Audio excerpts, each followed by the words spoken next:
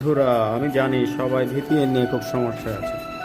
এখন আমি তোমাদের শেখাবো কিভাবে ম্যানুয়ালি ভিপিএন কানেক্ট করা যায় এবং চলুন শিখে নিই আমরা।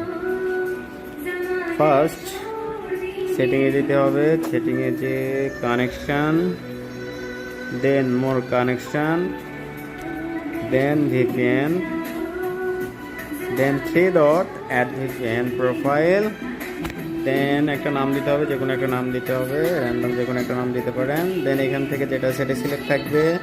দেন এখানে একটা সার্ভার অ্যাড্রেস লাগবে। সো আমরা সার্ভার অ্যাড্রেস কোথায় পাবো? সার্ভার অ্যাড্রেস পেতে হলে আমাদের গুগলে যাইতে হবে, যে লিখতে হবে ভিপিএন গেট।